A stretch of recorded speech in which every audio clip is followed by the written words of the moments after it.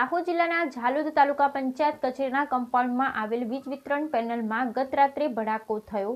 ઘટનાથી આસપાસના વિસ્તારમાં ભયનો માહોલ. દાહોદ જિલ્લાના ઝાલોદ તાલુકા પંચાયત કચેરીના કમ્પાઉન્ડમાં આવેલ વીજ વિતરણ પેનલમાં ગત રાત્રે ભડાકો થયો. ઘટનાથી આસપાસના વિસ્તારમાં ભયનો માહોલ સર્જાયો. પ્રાથમિક તપાસમાં સામે આવ્યું કે ડીપીની આસપાસ સફાઈના અભાવે આ ઘટના બની. સ્થાનિક લોકોના જણાવ્યા મુજબ ડીપી આસપાસ જાડી ચાકરા અને કચરો એકઠા થયો હતો. મધ્ય ગુજરાત વીજ કંપની લિમિટેડ MGVCLની પ્રી મોન્સૂનની સફાઈની જવાબદારી હોવા છતાં કામગીરી થઈ નહોતી. તાલુકા વિકાસ અધિકારીએ પણ MGVCLને સફાઈ માટે જાણ કરવાની જવાબદારી નિભાવી નહોતી. ડીપીની અસ્વચ્છ સ્થિતિ કચેરીના કર્મચારીઓ કે અધિકારીઓના ધ્યાને આવી નહોતી. નિયમિત નિરીક્ષણના અભાવે આવી ઘટનાઓનું જોખમ વધ્યું છે. ભડાકા બાદ કર્મચારીઓએ MGVCLની જાણ કરી અને સમારકામ શરૂ થયું. વરસાદી માહોલમાં ખુલ્લા વીજ સાધનોનું જાનહાનિનું કારણ બની શકે છે.